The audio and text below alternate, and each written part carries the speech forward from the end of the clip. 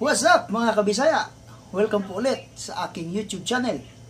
Ang video natin ngayon ay tungkol sa unboxing ng QCY HT03.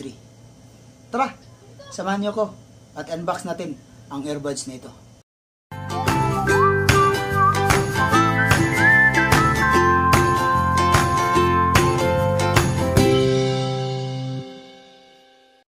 Mga kabisaya, ito ang packaging ng QCY brand ng kanilang TWS o True Wireless Earbuds.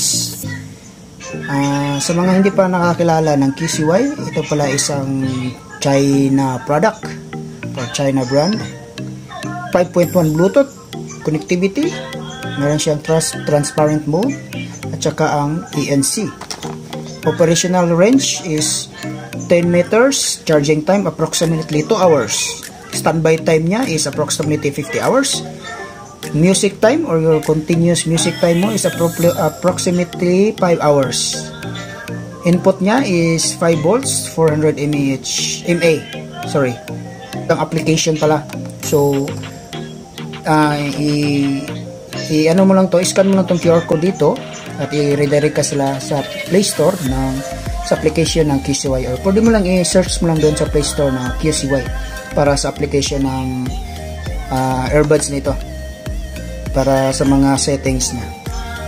So halika at ating buksan na ang aking QCY HT03. Yan, packaging. Okay, let's do this.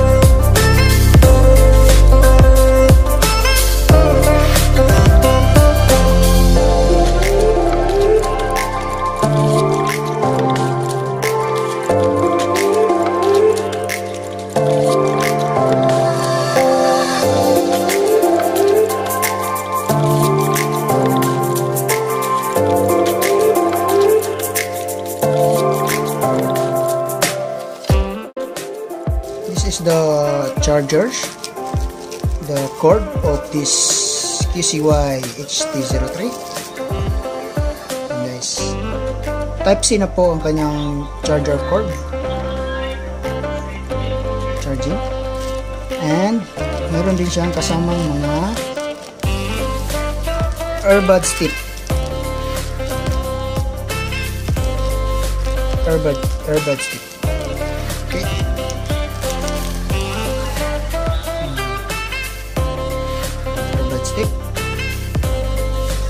Quick start guide, guys.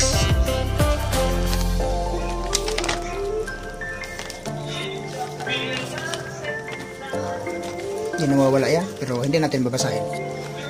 And this is the earbuds case. Oh, the QCY branding is on the top.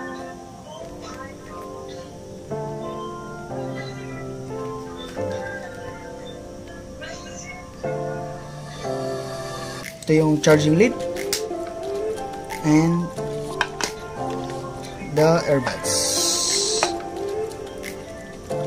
This is the earbuds.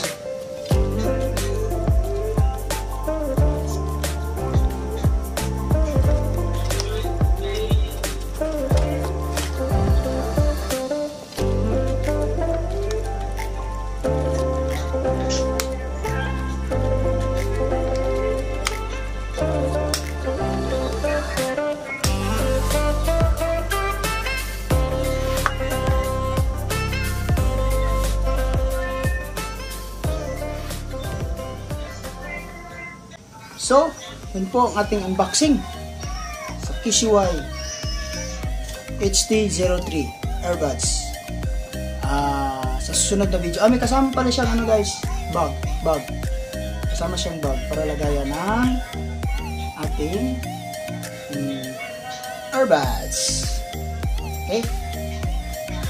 So, sa susunod na video natin, pag-uusapan natin ang walkthrough sa earbuds na to, yung paano set yung settings, tsaka yung sa application, kung paano natin parang i-pair,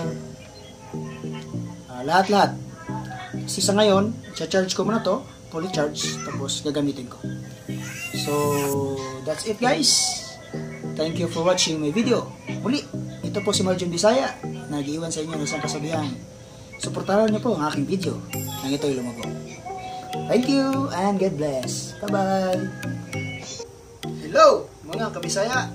For more updates and videos, click subscribe button below and the notification bell para updated ka sa susunod na mga video ko. Thanks for watching. Bye-bye.